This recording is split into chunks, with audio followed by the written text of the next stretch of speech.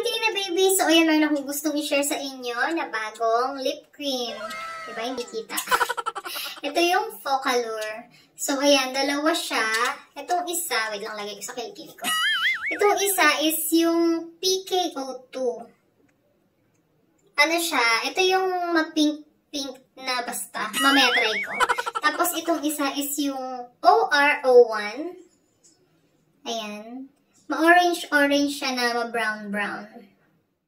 So, ayun guys, unahin ko muna tong PKO2 and, ayan. Kung nakikita niyo naman guys, yung labi ko, walang ka-lipstick.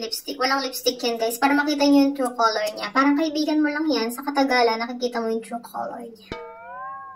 So, ayan. So, ayan guys, mas nilapit ko siya para makita niyo.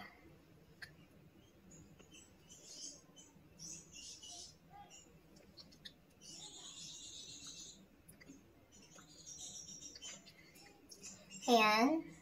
Kita nyo ba? Ang kagandahan nito guys, nagma-matte finish siya and hindi kasi ako mahilig talaga sa mga matte lipstick. Pero ito guys, okay siya sa akin kasi yung ibang matte lipstick, di ba dry? Tapos ang bigat sa labi. Ito guys, hindi siya dry. Di ba? So ito yung shade na PKO2. Di ba? Sobrang lapit ng camera. So ito siya guys, PKO2. So, ayan yung PKO2. Ginagawa mo. Diba? Walang kulangot yan. So, ayan. Burahin na natin yung PKO2. Try naman natin yung OR01. So, ito guys, yung OR01. So, ayan. Lagay ko na.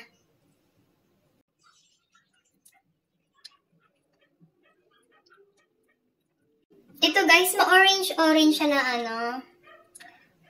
Ma-brown-brown. Ay, ang ganda din ito, ha. Ang ganda. Pwede siya for everyday use.